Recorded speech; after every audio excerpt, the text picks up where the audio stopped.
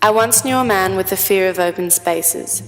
They make me feel small, he would tell his co-workers and his mother, the only people with whom he ever spoke, although his mother was the only one that listened. He avoided shopping malls, airports and stadiums, beaches, canyons, valleys and mountain ranges.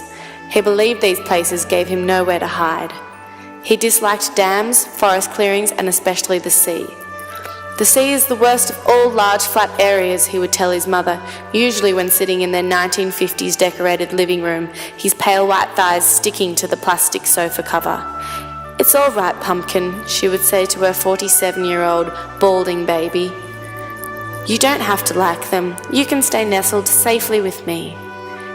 He would smile, take his TV dinner from her chubby hands, and begin to eat one pea at a time.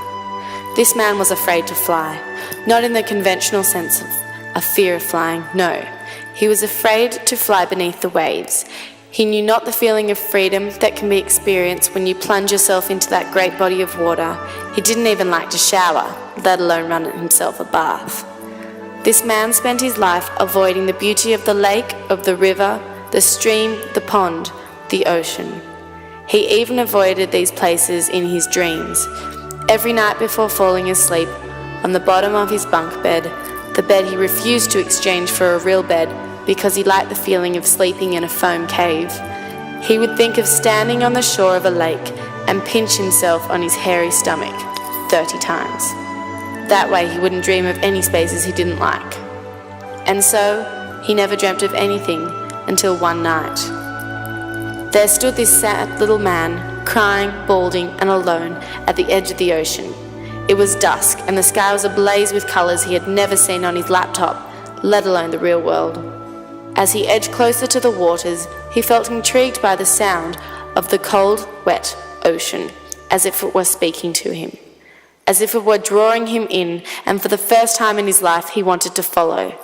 He wanted to become part of the plethora of colours smudged against the evening sky. Suddenly, he exploded into a multicoloured peacock who loved to frolic in the shallows of the mangroves. Well, that's what he imagined.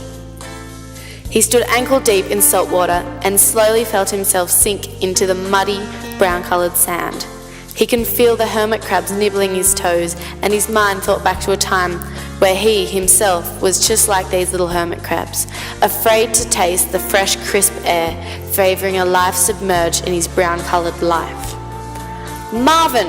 cried the shrill shriek of his mother's voice. "Marvin, I've made your breakfast. White toast and unsalted butter, just as you like it." Marvin felt startled as he awoke from his dream, and his head slightly hurt. He opened his eyes to look at his pale ceiling and smiled. He felt different, braver. "Mother, I think today I will try it with strawberry jam," he announced proudly.